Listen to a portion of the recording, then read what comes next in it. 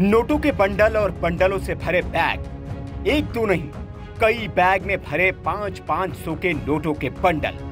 अधिकारी जब इन्हें गिनने के लिए बैठे तो पूरे 14 घंटे बीत गए।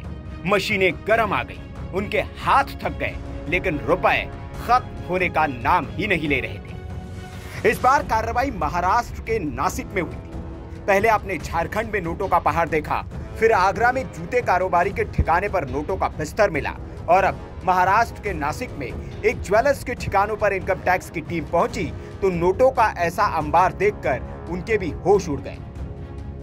दरअसल महाराष्ट्र के नासिक में आयकर विभाग ने सुराना ज्वेलर्स के ठिकानों पर दबिश दी तो वहां से टीम को भारी मात्रा में कैश मिला। ये छापेमारी दुकान के मालिक की ओर से अज्ञात लेन देन के सुराग के बाद की गई थी। आयकर विभाग ने इस छापेमारी में 26 करोड़ रुपए कैश और 90 करोड़ रुपए की बेनामी संपत्ति जब्त की है। आयकर विभाग की टीम शनिवार सुबह नासिक के कनाड़ा कॉर्नर इलाके में पहुंची और यहां स्थित सुराना ज्वेलर्स और उसके कई ठिकानों पर एक साथ रेड मारी। 2 दिनों तक चली इस कार्रवाई में इनकम टैक्स के अधिकारियों के हाथ कई चीजें लगी। नासिक, नागपुर, जलगांव की टीमों के 50 अधिकारियों ने एक साथ इस कार्रवाई में हिस्सा लिया। अचानक हुई छापेमारी से टैक्स चोरी करने वाले कारोबारी घबरा गए।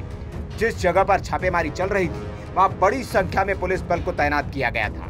जानकारी के मुताबिक इस छापेमारी को अंजाम देने के लिए आयकर विभाग की तरफ से अलग अलग टीमें बनाई गई थी। इस दौरान परिवार के सदस्यों के घरों की भी तलाशी ली गई। इससे पहले आईटी विभाग ने नांदेड़ में भी बड़ी कार्रवाई को अंजाम दिया था और 170 करोड़ रुपए की बेहिसाब संपत्ति जब्त की थी। पिछले कुछ महीनों से आयकर विभाग की टीम राज्य में कई जगहों पर छापेमारी कर रही है। इन छापों में बड़ी मात्रा में बेहिसाब संपत्ति का खुलासा हो रहा है। नासिक में सर्राफा व्यापारियों के घर छापेमारी से हड़कंप मच गया है। अब इनकम टैक्स अधिकारी इस बात का पता लगाने में जुट गए हैं कि आखिर व्यापारी के पास इतनी अकूत दौलत आई कहां से। Bureau report, VK news.